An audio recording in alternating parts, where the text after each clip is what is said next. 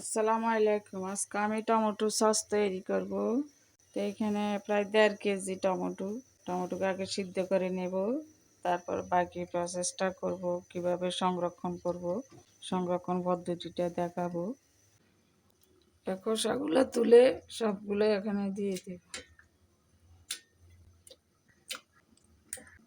আমি এখানে কয়েকটা রসুনের কোয়া আর 2টা শুকনা মরিচের ক্রাশ করে দিলাম, পরিমাণ মতো বিট লবণ, এগুলো দিয়ে এখন ব্লেন্ড করে নেব। বাস, আমি এগুলো বিসি সহকারে ব্লেন্ড করছি। তো আমি এখন ছেঁকে নিচ্ছি।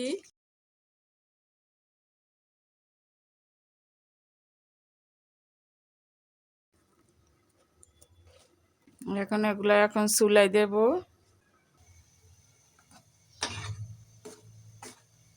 এখন চুলাই বসাই দিলাম।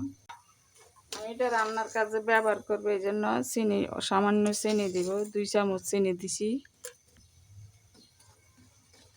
দারচিনি গুঁড়া, এটা সব ফ্লেভারের জন্য। আর আমি দেব গোলমরিচের গুঁড়া, সুন্দর একটা ফ্লেভার, খেতেও টেস্ট লাগবে। টেনে আসলে তারপর ভিনেগারটা দিয়ে ভালো করে। এখানে 1 চামচ কর্নফ্লাওয়ার গুলে দেব একটু থিকনেস আসার জন্য। 1 চামচ কর্নফ্লাওয়ার গুলে দিলাম। 1 চামচ ভিনেগার, আপনি নর্মালও রাখতে পারবেন, সমস্যা নাই।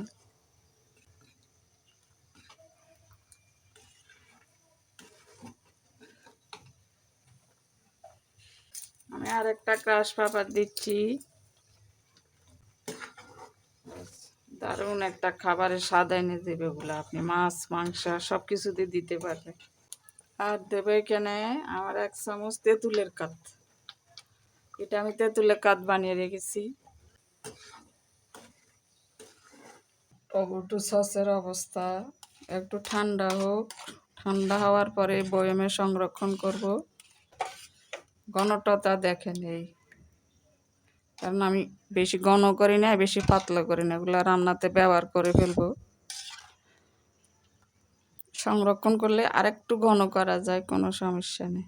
সসটা ঠান্ডা হয়ে গেছে, কালারও খুব সুন্দর হয়েছে, টমেটোর কালার খুব সুন্দর, ফাঁকা ফাঁকা। এখন ভরে নিচ্ছি।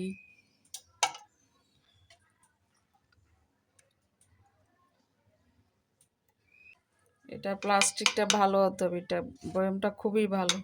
যদি খারাপ প্লাস্টিকে রাখেন তাহলে কিন্তু নষ্ট হয়ে যাবে, গন্ধ হয়ে যাবে। কিন্তু ভালো প্লাস্টিকে রাখলে কিচ্ছু হবে না। সবচেয়ে উত্তম কাঁচের বয়মে রাখা। তো আমি এগুলো খেয়ে ফেলবো, ব্যবহার করে ফেলবো, এই জন্য প্লাস্টিক।